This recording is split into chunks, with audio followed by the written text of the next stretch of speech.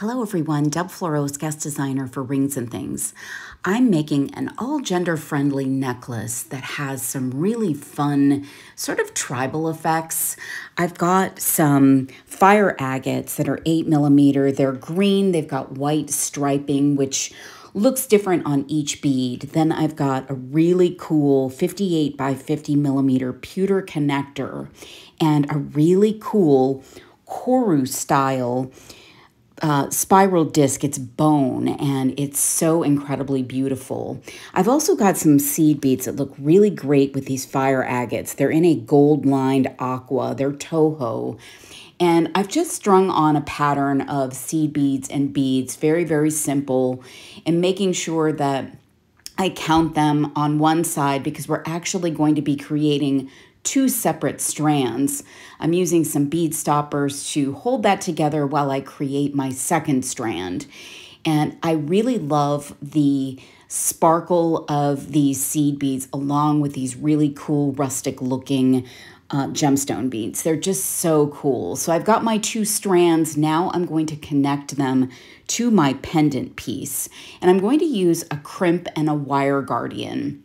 I'm putting the wire guardian through the loop of that pendant and I'm bringing it back through, the wire back through, and then putting it through a crimp tube and then up through those beads, a few of them at the start of that necklace.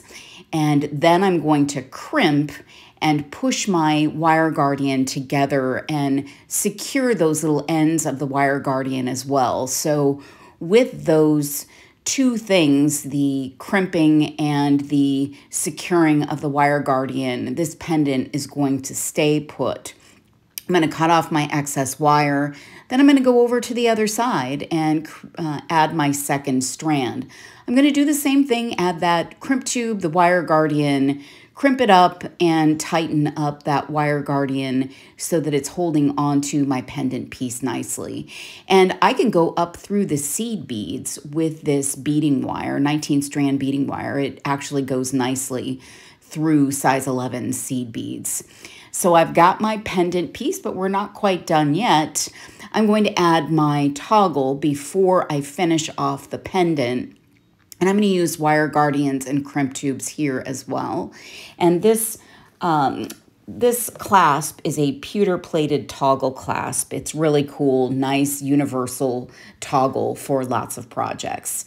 Now I've got this bone spiral pendant, so cool, and I'm going to use a large textured jump ring to attach it.